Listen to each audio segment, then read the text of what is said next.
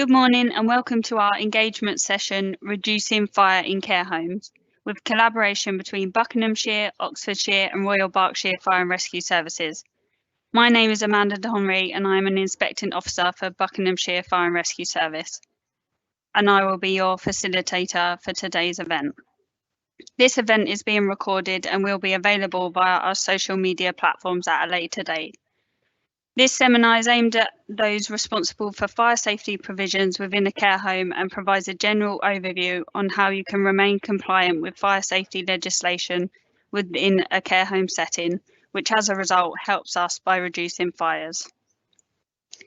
Further detailed guidance and additional information and support can be attained from the following: Fire Safety Risk Assessment Guides, third-party accredited fire risk assessor, details of which can be found in a guidance leaflet called Guide to Choosing a Competent Fire Risk Assessor, Care Quality Commission, Fire and Rescue Service Advice and Guidance.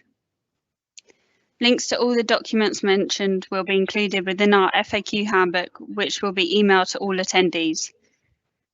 We value your contribution to today's seminar. Therefore, we have a team monitoring the chat box feature that should be to the right of your screen in case of any questions you would like to ask.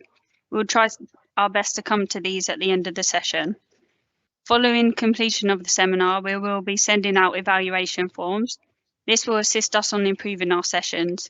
We'll also send out an FAQ handbook with some of the most common questions we receive during inspections and during today's seminar. This will also include contact details of each fire and rescue service. I will now introduce you to our guest speakers for today. First, you will hear from Emma Massey, our Enforcement and Training Manager at Buckinghamshire Fire and Rescue Service. And then you'll hear from Lynn Wenmouth, an external health and fire safety consultant for SafeSmart Limited. We also have inspecting officers available from Buckinghamshire, Oxfordshire and Royal Berkshire Fire and Rescue Services to answer your questions at the end of today's seminar. If your question is county specific, please make it clear within the chat box and we will try our best to ensure you receive information from the correct service. I will now pass you over to our main speaker for today, Emma Massey. Thank you, Emma. Thank you, Amanda. The programme for today will consist of the following: why is fire safety important within residential care? A brief overview of the regulatory reform Fire Safety Order 2005 and how it applies to care homes. What makes a fire risk assessment suitable and sufficient? Understanding the fire safety arrangements that should be in place. Evacuation procedures for care homes. Recognising the types of residents who may be at particular risk. We'll also look at a care home case study and then some frequently asked questions at the end. So I know that some of you attending this session today work in the specialised housing sector, which, as you know, is very different to care homes in the traditional sense. I could spend a whole day talking about the fire safety requirements in these types of buildings, since they are specialised in their own right. And they do often cause confusion, even amongst enforcing authorities, because of the different provisions available. So I thought it would be useful to give a brief overview of each one in turn before we talk about fire safety within care homes. So sheltered housing encapsulates a broad range of housing, but essentially it's a block or group of individual domestic dwellings targeted at a specific group of people who share common characteristics, like age as per retirement housing. And they usually include particular features aimed at that specific group of people. These types of blocks sometimes, but not always, include common areas or communal areas like communal lounges.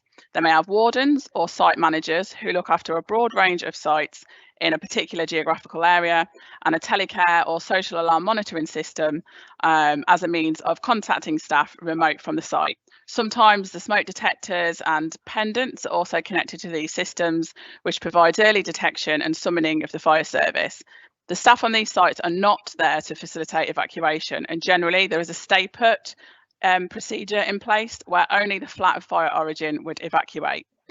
Supported housing is usually, but not always, essentially a replication of a shared house, but with the residents having a shared characteristic again, like a learning disability, for example, or a mental health condition, which means that they need some level of support to live within the community.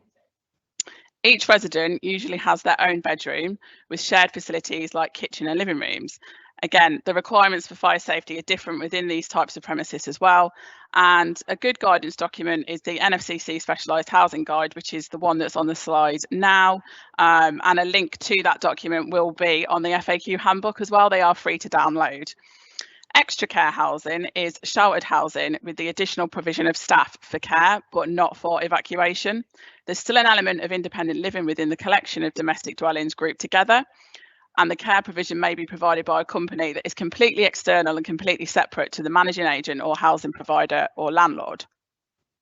I'd also like to talk a little bit about what our prevention team does here as well in Buckinghamshire.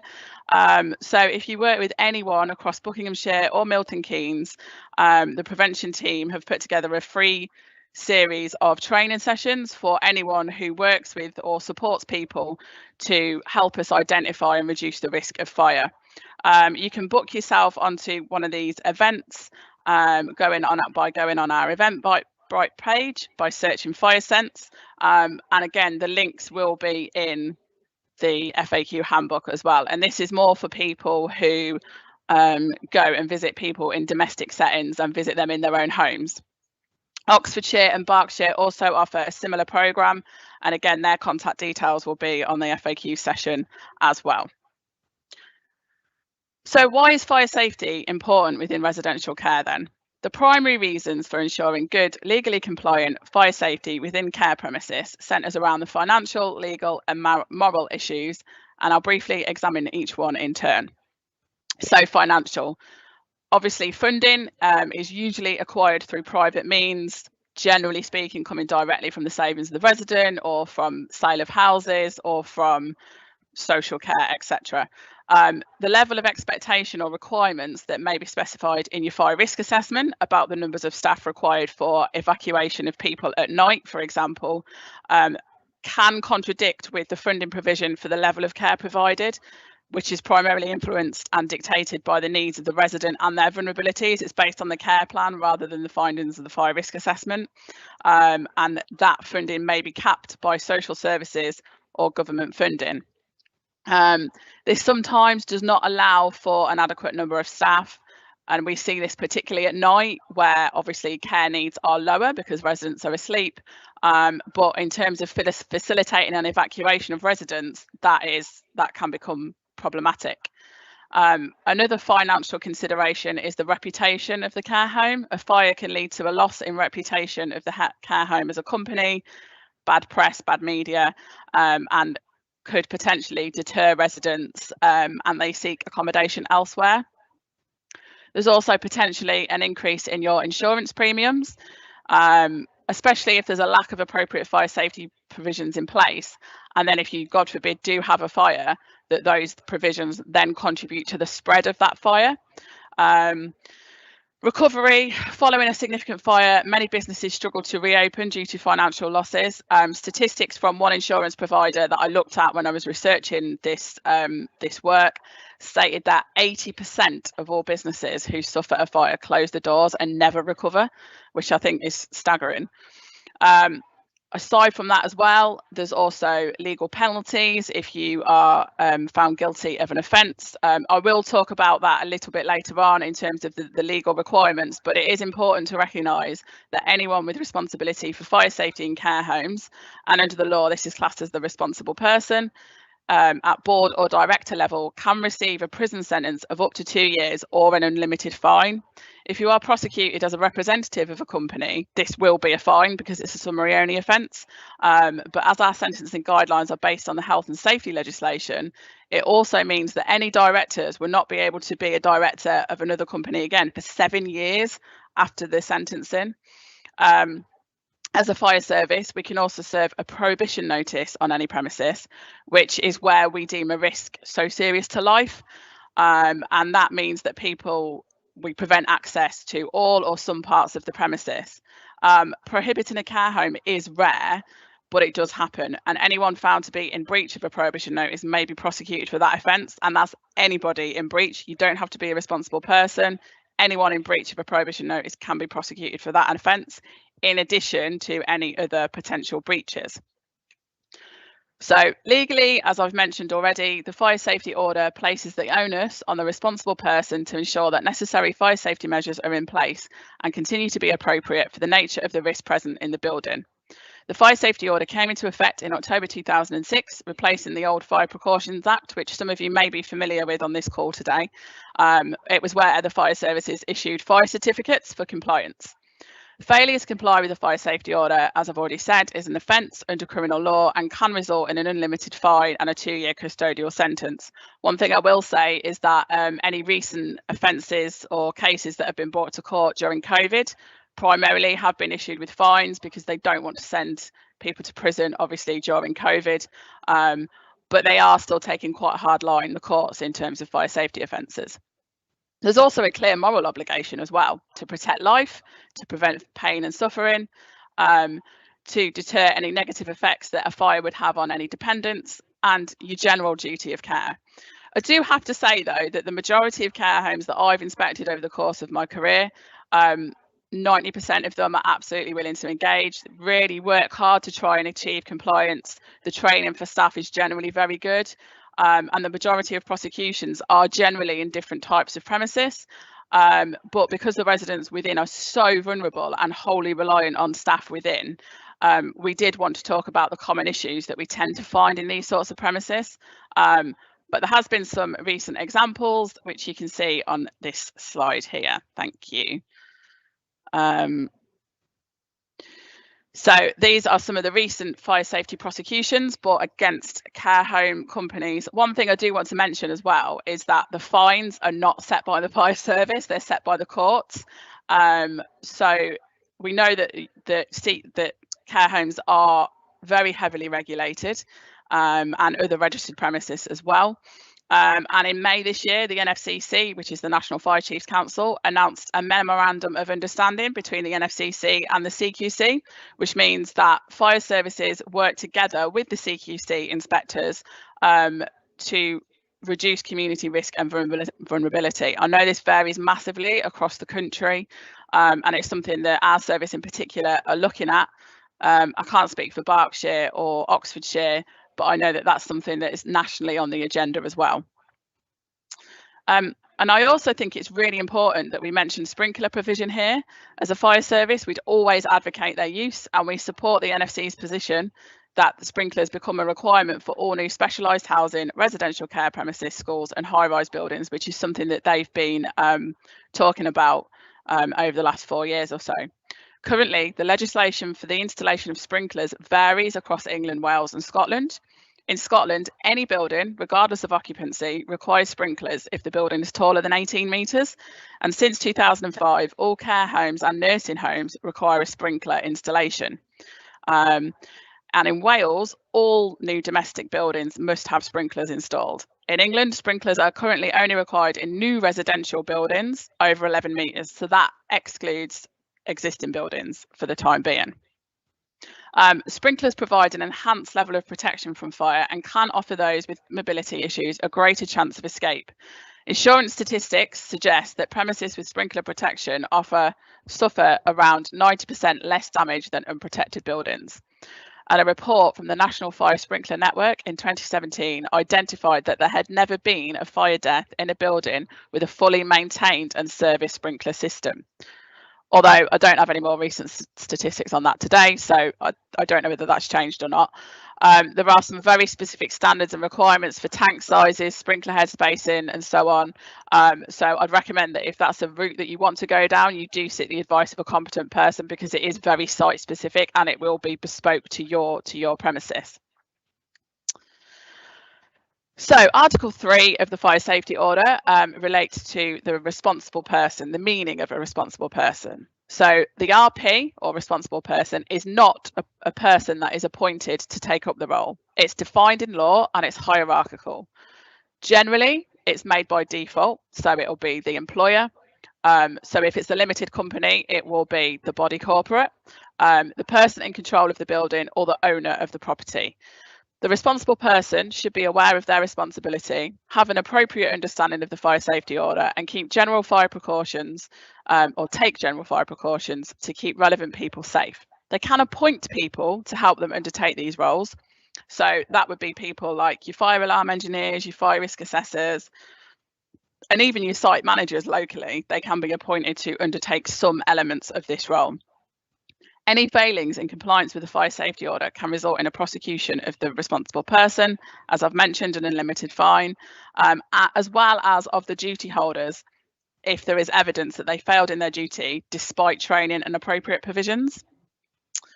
So as you can see from the next slide, the fire safety order is the primary legislation that covers England and Wales for fire safety. As many of you know, it's currently under review at the moment, and the amended fire safety bill in parts has been released, and it's still going through Parliament. I'm not going to talk about that today, primarily because there's a lot of changes that we don't know about yet, and it's not, the changes that are coming in are more specific to other types of buildings than care homes. I don't think it's going to change too much, but we're not sure yet. So at the moment, the fire safety order is based on the principles of risk assessment and places the onus on the responsible person to ensure that necessary fire safety measures are in place and that they continue to be appropriate for the nature of the risk present in the building, so for the whole life cycle of the building. We'll briefly look at some of the most relevant articles for your premises today, and I'll give a brief overview of each one. These articles explain what you need to do in order to be compliant, but they don't tell you how to do it in order to comply. There's a vast array of guidance documents available, and again, the links to these documents will be available in the FAQ handbook that I will send out to you. As mentioned earlier, this webinar is only designed to be a brief overview of the salient points, because we could talk about this all week probably, but we just wanted to talk about the most common areas where we find deficiencies when we carry out inspections on this premises. So one of the most important articles is your Article 9 fire risk assessment. So that picture there in the top corner is your guide to choosing a competent fire risk assessor guide. Again, we will send a link out to that guidance. It is available free to download. There's a couple of versions out there on the internet, so just be aware this is the latest version. This is the updated version. So your fire risk assessments must be suitable and sufficient, and highlight appropriate and specific care home risks. Things like your evacuation strategies, if there's any oxygen cylinders, the use of emollient creams, airflow mattresses, designated smoking areas, PEEPs, things like that. The fire risk assessment is required to be a written record of the significant findings if you employ 5 or more people across the organisation. The premises are subject to any statutory licence, an alterations notice is in force, or you employ young people. The risk assessment should be able to identify the risks and control measures. It should make recommendations for appropriate actions to reduce the risk. It should give you some time frames in which to implement these control measures, and it should also specify a date for review. So another article is Article 11, which is fire safety arrangements, which relates to the management of the arrangements you make in relation to fire safety. There should be a named person within the organisation at a strategic level to make these decisions and ensure that these measures are in place. Some of you are probably already aware of the HSE's health and safety management model there, which is the plan, do, check, act model, and applies to everything health and safety, not just fire safety related. But any management system really will help you ensure that arrangements are in place for the planning, organisation, control, monitoring and review of those fire safety measures. So the next one is Article 13, and it has 2 quite large components of the measures within the same article. I don't know why they did it like that. I hope they change it when the new fire safety bill comes out, but I've separated it for ease into 2 distinct slides because I think they're both quite important. So the first part of Article 13 is relating to fire detection and fire warning. So the RP should ensure that the premises is equipped with suitable means of detecting a fire and giving warning at all material times. In any premises where people sleep, there should be an automatic detection system, which is like what you can see on the slide there. It will usually be what's called an L1 system. So the L and the number just relates to the location and specification of where the detectors are. And it basically means that detectors will be located in all rooms apart from bathrooms. And you'll have a mix of smoke and heat detection within your system as well. And it could also include sounders, visual beacons or strobe lights, and manual call points, which are the red break glass call points there. The second part of Article 13 relates to firefighting equipment. So extinguishers in care homes should primarily be placed to protect life and facilitate escape. They should only be used if they can be used without trapping the user. All staff, regardless of what they do within the home, should have an awareness of how the extinguishers should be used, where they're located, and what type of extinguisher should be used on what type of fire, and where they are within your premises as well. The fire extinguishers do need to be maintained on a regular basis, and the records of these should be recorded in the premises logbook. We don't necessarily expect your policies and procedures to ask staff to use them, because we would much rather people get out and escape than use them and put themselves at risk. But if it's a small waste bin fire and the person feels confident enough to use the right extinguisher, that's what it's there for, essentially. So moving on then to another important article, which is Article 14, which relates to the emergency routes and exits. These diagrams here that you can see on the screen are taken from the Fire Safety Risk Assessment Guide for residential care premises, which again, the link will be available to that document on the handbook that we send you out.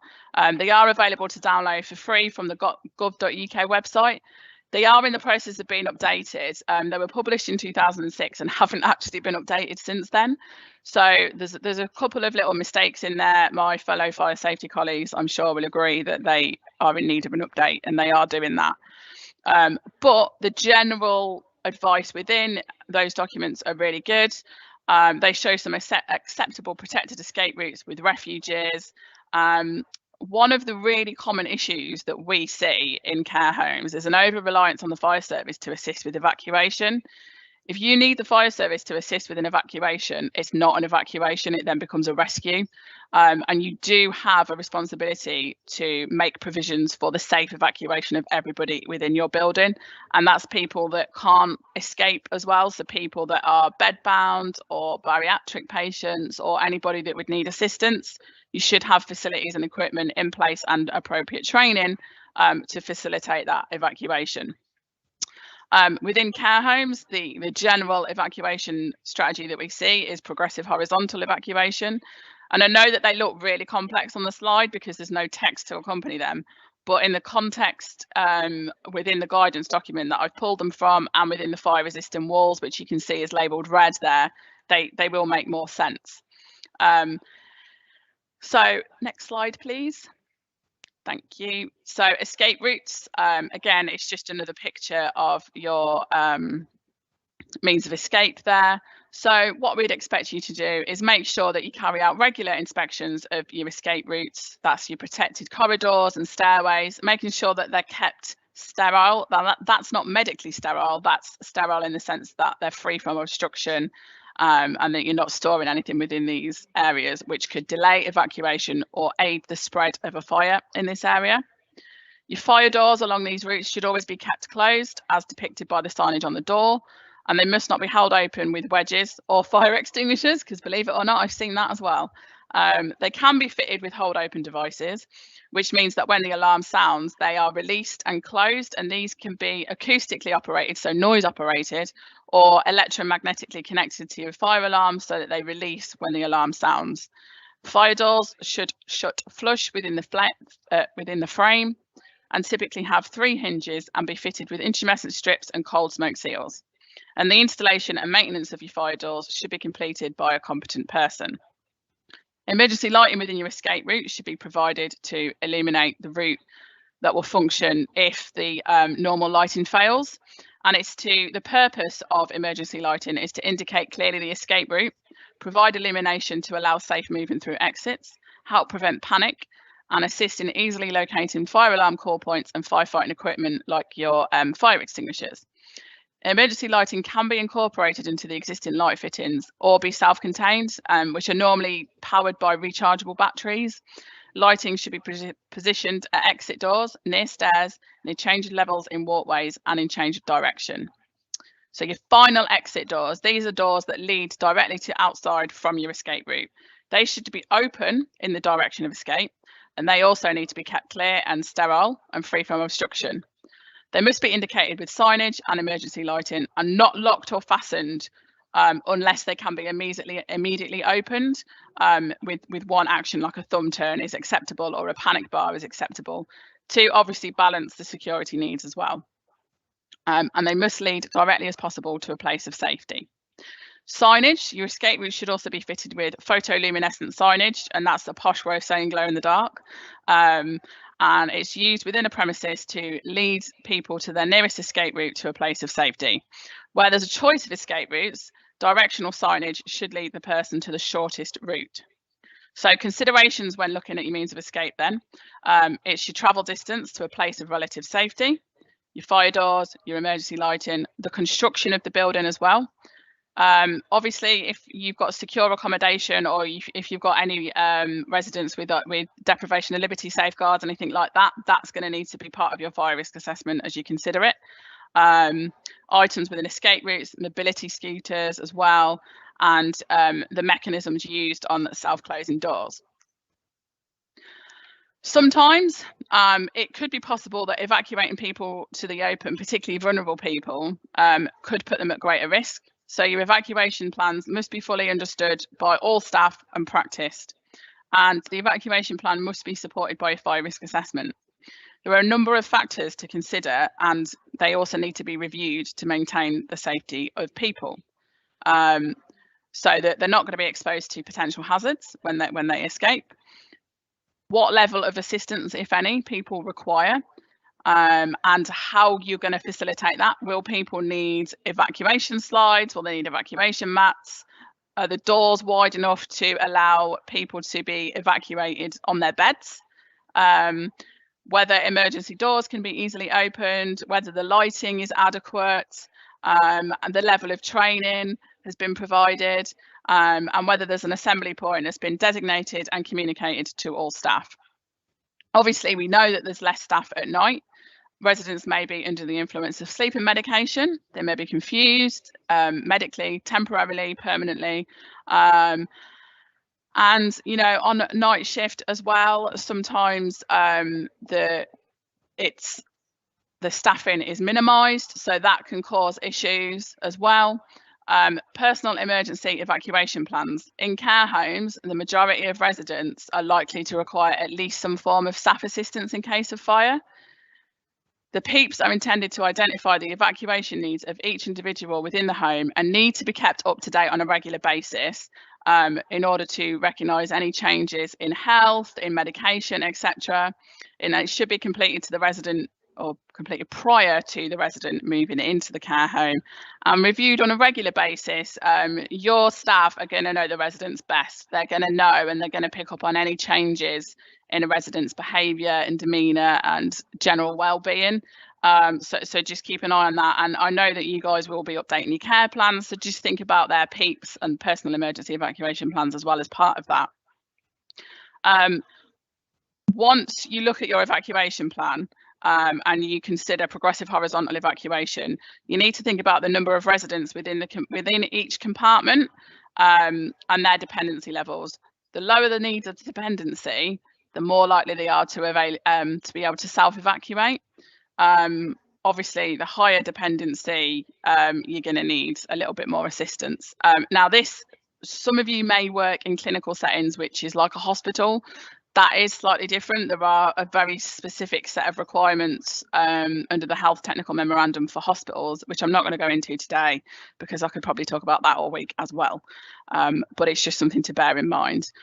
The number of staff required in terms of facilitating your evacuation plan is, you look at the capability of the staff, you look at the equipment that's available to them, the training, the level of experience, and what you're expecting them to do in the event of a fire. So the next diagram, that is progressive horizontal evacuation.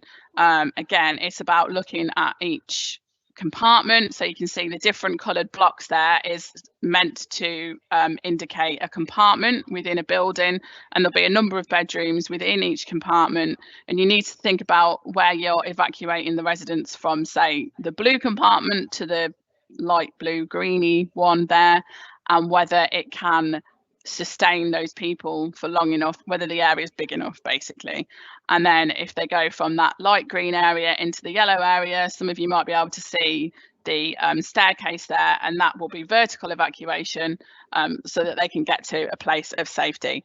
And one thing I will say is when you are doing that you close all the fire doors on your way out, because it will just delay the spread and slow down the spread of fire.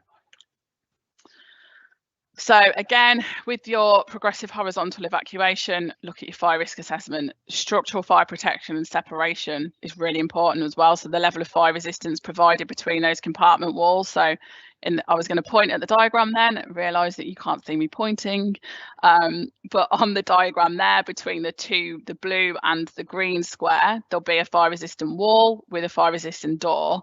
The level of fire resistance of that wall and up to the floor above as well. So if you've got false ceiling tiles, if you've got a dropped ceiling, that should be a solid compartment wall, and the fire doors are there to obviously allow access through that. Again, staff training and equipment for using staff. So this leads me nicely onto the next article. Next slide, please. Thank you, which is Article 15, which is procedures for serious and imminent danger and for danger areas. So this means that the responsible person has a duty to have appropriate procedures in place, which will cover your fire drills. Competent persons should be nominated to assist with evacuation. So one way, what I always advise whenever I go out and do an inspection, is get your staff to act as residents and pretend that they need assistance, physical assistance. Get them in the evacuation chairs, get them in the evac mats and the slide sheets, because it gets you more comfortable with using them. It makes it a lot easier to understand. Pre-fire service, I used to work in a care home, and it just sticks in your head a lot better if you have that understanding in your head and you've used it. And also it gives an appreciation of how uncomfortable it is as well, for the resident, and it just gives you a better idea. And obviously it improves your training. I'll stop talking about procedures now, because that's quite a big area that we see in care homes and the training around it. The next article, and next slide please, is Article 17, which relates to your maintenance. So all premises, equipment, facilities and devices are to be maintained in an efficient state, efficient working order and in good repair. So this means that anything provided for fire safety, so this is your evacuation equipment, your alarms, your emergency lighting, your firefighting equipment, anything, they should be carried out by a competent person, the servicing and maintenance of that. The next one is Article 19, provision of information to employees. So information should be provided or exchanged with your employees, whether they're temporary, whether they're voluntary, whether they're paid, whether they're bank staff, whoever, they should all have access to the same level of information. The information that should be provided to them is that the risks they're exposed to within the building or within the premises, the preventative and protective measures in place, the identity of persons nominated to take firefighting measures, the identity of people nominated to carry out evacuation procedures. So that could be the lead person on shift at any given time, any details of dangerous substances. It is unlikely that any care homes will have dangerous substances. The levels that we normally see in care homes come under COSH, which is control of substances hazardous to health, not DESIR, which is dangerous substances, explosive atmosphere regs. So don't worry too much about that really. And if your building is multi-occupied, any information from risks from the other occupiers or contractors within that building itself. It should be delivered as part of their induction and at regular intervals. E-learning is acceptable, providing that it provides that appropriate level of information and is site specific. Under Article 20 as well, any employees or contractors or anyone from the outside, you are required to provide that information to them as well. So if you've got an external cleaning company coming in, for example, they should have that same level of information. So Article 21, training. As I've already mentioned, employees should have adequate training with regards to fire safety on induction, when being exposed to new risks, or when there's a new risk or an increased risk present, which could be due to change in responsibilities, new work equipment, new technology. Even a new resident sometimes can present additional risks in terms of if they're a smoker, or risks in terms of being able to evacuate them. And as I've mentioned a couple of times already, this training should be refreshed on a regular basis, particularly in relation to evacuation procedures. And I know I'm hammering that point, but you'll see why in the case study, why it's so important.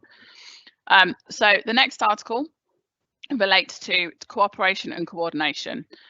So this is more about where you've got more than one occupier in a building, or multiple people who have control over the premises. There is a legal duty to cooperate and coordinate and share information from your fire risk assessment and about the control measures.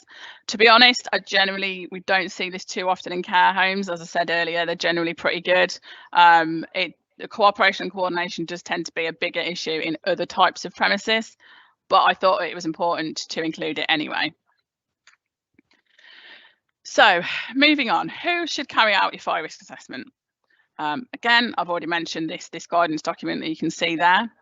There's a guide to choosing a competent fire risk assessor there.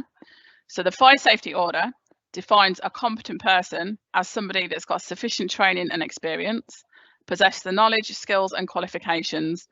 And we would always recommend that they're third party accredited as well. So they might be third party accredited through the Institute of Fire Engineers, the Institute of Fire Safety Managers, BAFE. There are a whole host of registration bodies out there. I've just picked them at random. That's not an endorsement at all. But within the guidance document that's on that slide there is a link to that, which will tell you how to identify whether they're competent or not. There are 4 different levels of fire risk assessment with varying levels of intrusiveness.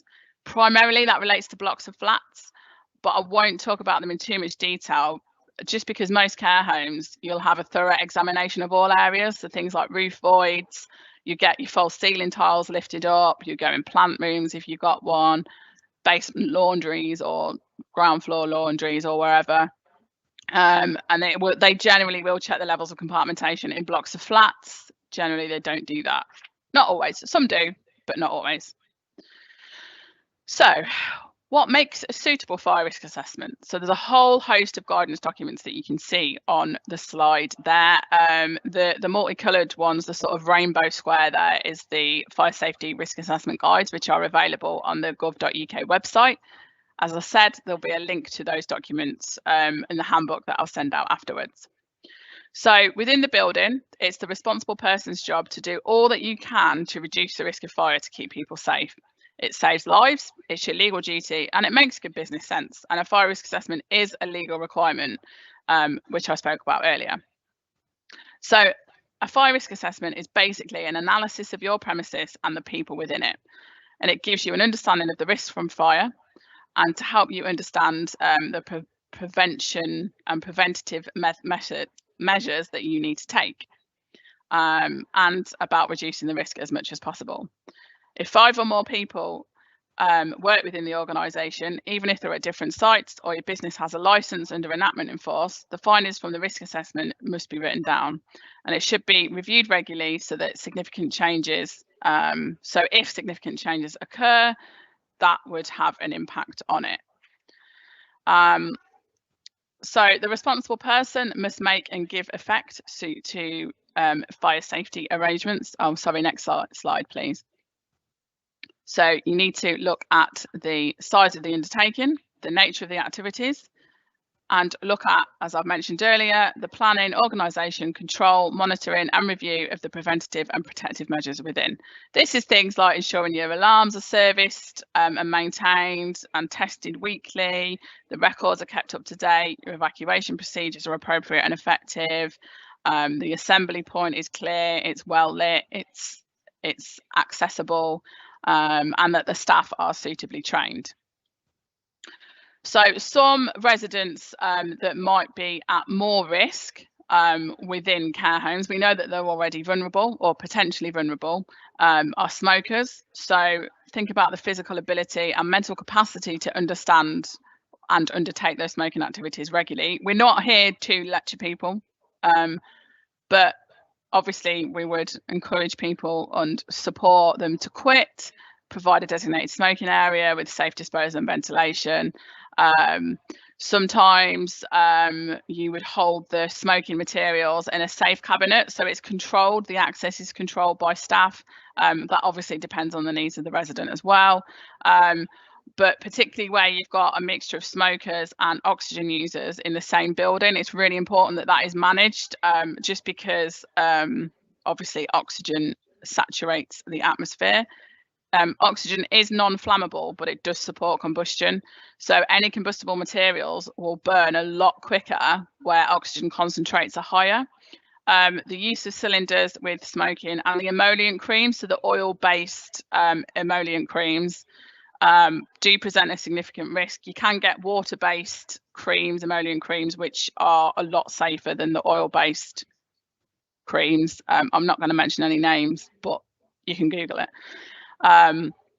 We always recommend that any residents or staff air off before they come into contact with an oxygen user or with the cylinders, and empty and full cylinders as well. And those empty and the full cylinders should be kept separate.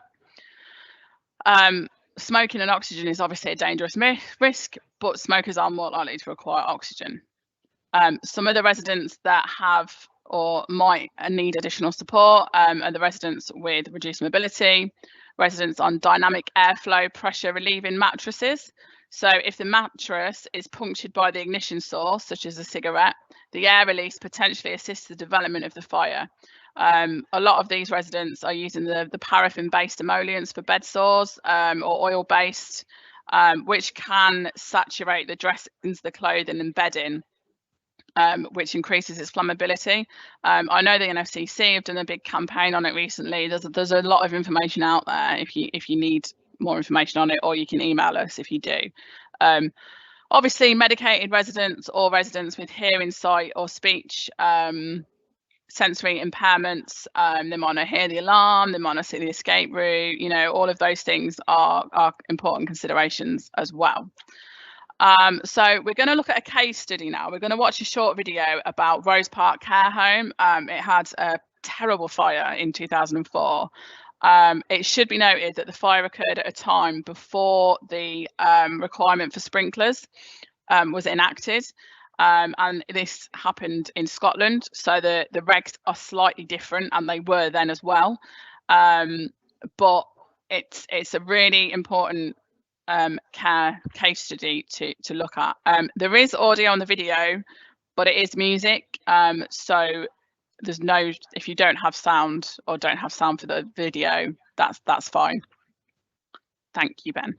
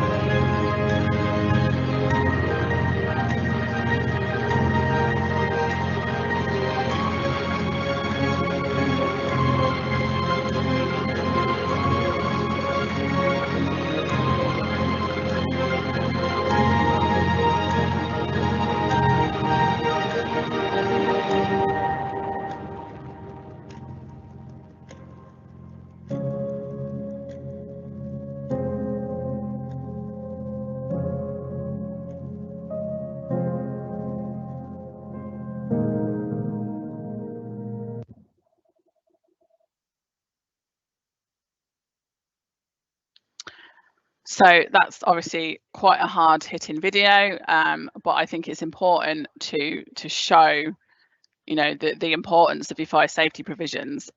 This letter here is a Department of Health report from 2011, and in association with the Scottish Building Standards Agency, the BRE, which is the British Research Establishment, carried out some research as part of the fatal accident inquiry. It lasted 141 days, and the report is almost 1,000 pages long, so I'm not going to go into too much detail about it. But in summary, the issues related to staff training. The staff on duty at the time of the fire had difficulty locating the fire, and the presence of the aerosols in the cupboard of fire origin contributed to the rapid development of the fire. There is a report out there available on the internet, and it's got some really, if anyone's interested, really interesting stats on the growth rate of the fire as well, if that's your thing. Management issues as well. The cupboard of fire origin was an electrical fuse board, or within it there was an electrical fuse board, and there was a large amount of combustibles and aerosols stored within. There wasn't a smoke detector in the cupboard itself, and the corridor of fire origin where the cupboard was located, many of the residents had the bedroom doors wedged open, which obviously contributed to the spread of smoke and fire. And the compartmentation and suitability of the fire doors and fire stopping within the building was really quite poor, which obviously contributed as well. So to summarise then, there's a few points there. Training is the biggest takeaway from that. Carry out a suitable fire risk assessment. Ensure that your routes and to escape routes are kept clear at all times. Carry out drills on a regular basis and have appropriate procedures. Maintain all of your systems, appoint competent people to assist, and training. Thank you very much for listening to our presentation. I have been told off because I've gone over my time, so apologies for that. I will now pass over to our guest speaker for today, Lynn from SafeSmart. Thank you, Lynn. Thank you, Emma. Good morning. I said my name's Lynn. I'm a fire risk assessor and I work for SafeSmart. I just wanted to explain briefly with the difference between myself as a fire risk assessor and the inspecting officers that you've already heard from today. As a fire risk assessor, we're invited into a care home by the responsible person, whereas the inspecting officers have other powers that would allow them to come in and visit you unannounced and under other means. But we're invited by yourselves to come in and support you within your care home to comply with the fire safety order, which is what Emma has been speaking to you about. In complying with the order, it will also help you comply with the Care Home Regulations Act of 2001 and also support your CQC inspections when it comes to fire safety. Emma's already spoken to you already about choosing a competent fire risk assessor and recommend that you have a look at that document that she that she highlighted to you, so the Fire Sector Federation choosing a fire risk assessor, because you need to make sure that the person that's coming in to see you has got the right qualifications and experience. In addition to that, I'd just say consider also, because the type of environment that you are, is you making sure they have a DBS, that's the data barring service, and making sure that they are capable of working in an environment where you have vulnerable people as well. What I would also recommend as well, that there you have a site visit. Even through times of COVID, you should really be having somebody come into site, not doing a desktop risk assessment with you, because that's highly unlikely to be considered suitable and sufficient. How can we identify the risks if we're not actually physically there looking at them? So the job of the right fire risk assessor is to provide you with that suitable and sufficient risk assessment in accordance with Article 19 of the Fire Safety Order, which Emma highlighted to you. And in doing that, we do need to come in and identify the hazards that are within your care home. We're going to be looking at who's at risk and those who are especially at risk. So those who may have challenges with their mobility, people maybe with dementia. So a lot of the people in your care would be considered especially at risk. We're going to be assessing the control measures that you have in place to manage those risks and to manage people who are at risk. And if we don't feel that they're sufficient, is making recommendations to you of how you can improve those control measures or potentially eliminate those risks, which is the ideal. That's the optimum, is to eliminate all of our risks. But in today's world, it's unlikely that we're going to be able to eliminate all risks. So it's making sure that you have the most appropriate control measures in place. And then after we've given you that fire risk assessment, is be available to you afterwards. So if you have any follow-up questions or you have a requirement for any guidance afterwards, is to be available to you so we can do that and support you with that. We shouldn't just give you the form and walk away. So when we come to site, what does that look like? What are we looking for? We're going to be looking at all of the things pretty much that Emma's gone through with you already. So we're going to be looking at your fire detection and alarm system. We're going to want to see that you've got adequate detection throughout the site and also the means for alerting people. So, you know, is it just sounders? Is that okay? Or do we need to have other means of alerting people to the presence of a fire, like the flashing beacons? And there's many other things on the market to support other means of alerting people. We're going to be looking at your escape routes, and when we do that, we're going to be looking at things like your lighting and your signage. Are they suitable? Are your escape routes going to be illuminated if all the power failed? If there's somebody on site that isn't familiar, like your fire risk assessor, are they going to be able to identify where the nearest fire exit is? We're also going to be looking at and paying really close attention to your escape routes, if they're clear, and if there's any slip or trip hazards, because the last thing that we want is people to be falling over if they're trying to escape a fire. We're also going to be looking for anywhere that you might be keeping combustible items potentially in the escape route. We don't want to be supporting the spread of fire. So your final exit doors, these are your fire exits. We're going to want to see that they're immediately available, and to make sure that you've got a really good balance between security and being able to escape the building. So security of the building shouldn't be at the detriment to fire safety. So we're going to want to make sure that people can get out and without needing a key in particular. We're going to want to have a look at your evacuation strategy and procedures. We're going to want to understand what that is. Emma spoke to you earlier about single stage and progressive horizontal, or delayed or stay put. So we're going to want to see what strategy you have in place and are you able to manage that. So looking at your staff numbers, do you have enough staff to be able to evacuate all of the people that are in your care home, and that you're not relying on the fire and rescue service? As we said, it's not we need to evacuate, the fire service get involved, that becomes rescue. We're going to look at what means you have to support evacuation. So you might have evacuation chairs or slides and other equipment. Have you managed to train your staff in using those, and are they competent in being able to do that? We're going to look at arson. We're going to arson prevention. So when I walk around, I'm going to be checking your storage cupboards. Are they locked?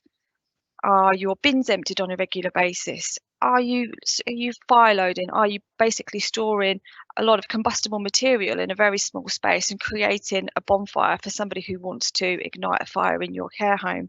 We're going to be looking particularly maybe around people paying extra attention where you've perhaps got people with dementia. Unfortunately, that is something that is commonplace, unfortunately, with people with dementia, is arson. We're going to be looking at your provisions for smoking, and Emma talked quite a lot about people who are smoking and the measures that need to be in place to control that. We're going to be looking at your compartmentation, so we're going to want to have a look in your lofts and your voids above your false ceilings. So we may need to ask for a little step ladder to be able to see above that, and using a torch to try and identify any potential breaches in that compartmentation, especially in buildings that are maybe older. So how can you help me as a responsible person, or if you're in charge of a care home, how can you help me? What I want to do when I turn up on site is I'm going to want to see all of your maintenance and inspection certificates and testing records. So I want to see that you've had a fire alarm engineer come out and inspect your alarm system. And also I want to see that you're testing it on a weekly basis, as well as your emergency lighting and other protection measures that you have in place.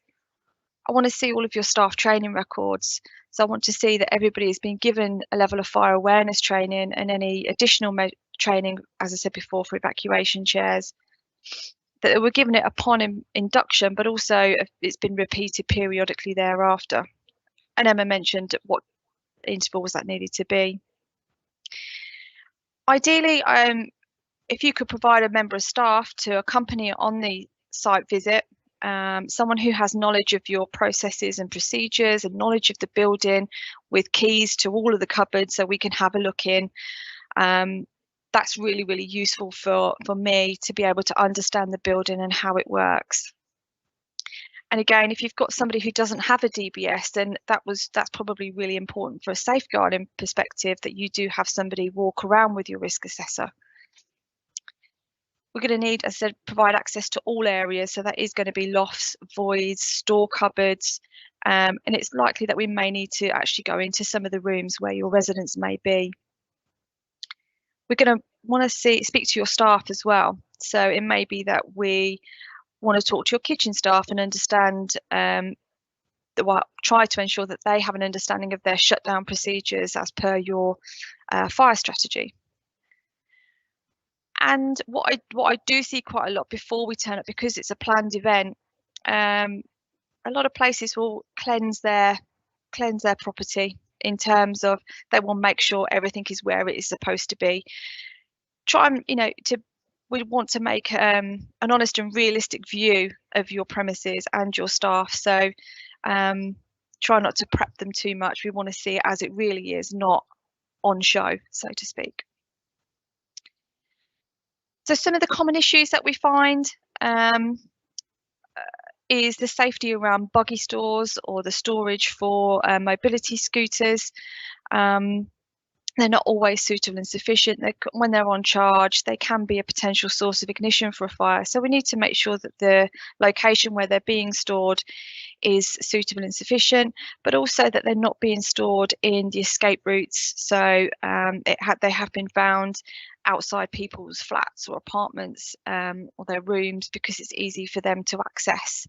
That's not necessarily going to be appropriate, because you're introducing that ignition source into an escape route.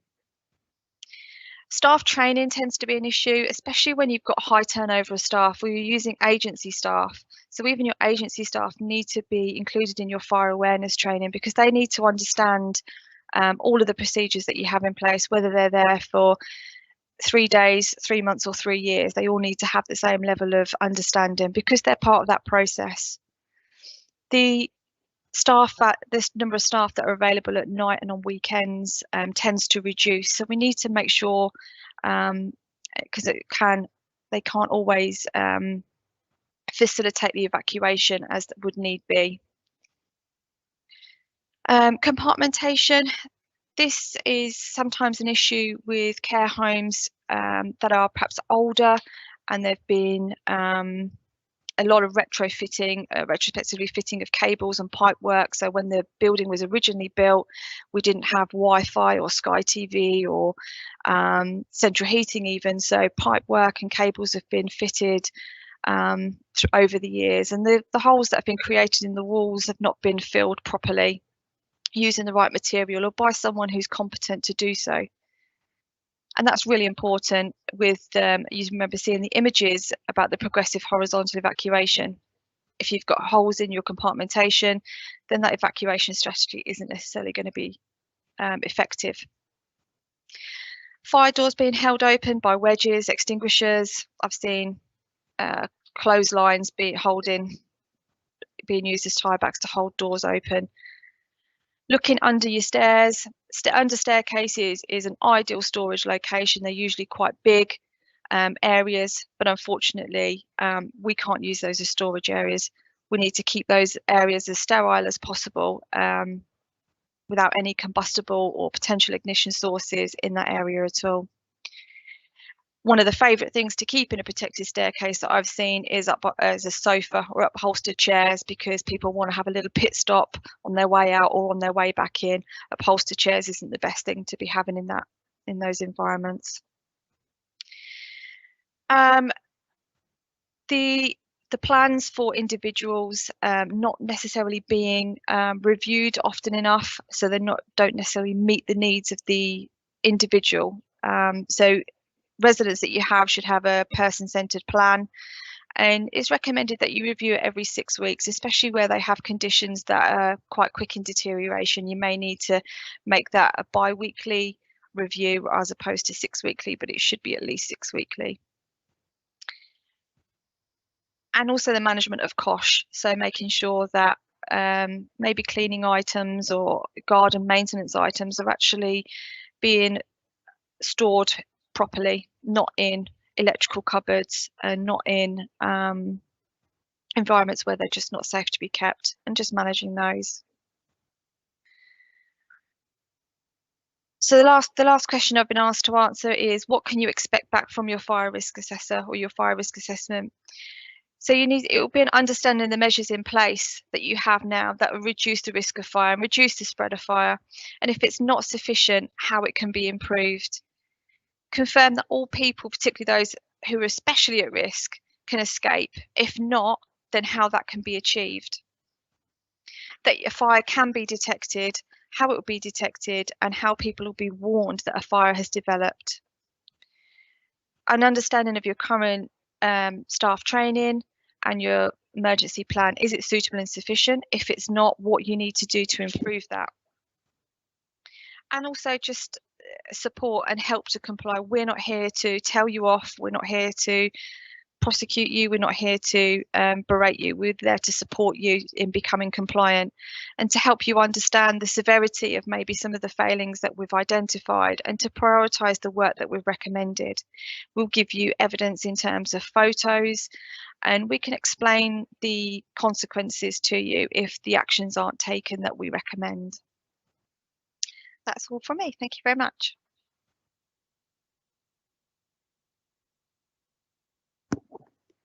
Thank you, Lynn. I'm sure that was beneficial to our participants today, and it is useful to hear from an external perspective.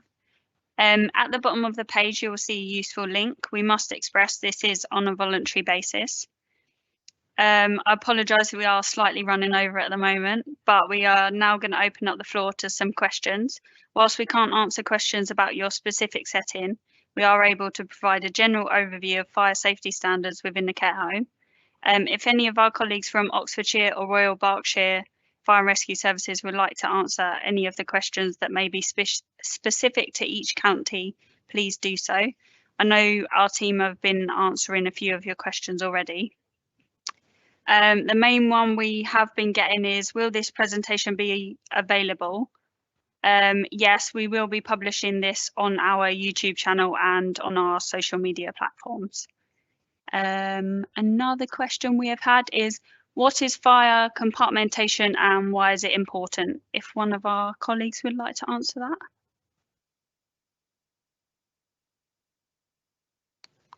Okay, I'll take this one. So really with buildings, rooms as we use them day to day, the smaller they are, the principle is the smaller the fire will be if it occurs. So by splitting our buildings up to smaller areas, we really inhibit the spread of fire and smoke beyond the room of origin. To maintain them in good order, we need to make sure that anyone putting services in our buildings, like new IT systems or aerials for televisions, need to make good afterwards and put the fire stopping back when they create holes. And the other important area is fire doors. We did have a question earlier about the maintenance of fire doors. Really, your staff should be making sure they're maintained closed, but also notice if there's wear and tear. Doors get quite a hard life, both the automatic closers, but also the strips and seals you may notice along the edge of the doors.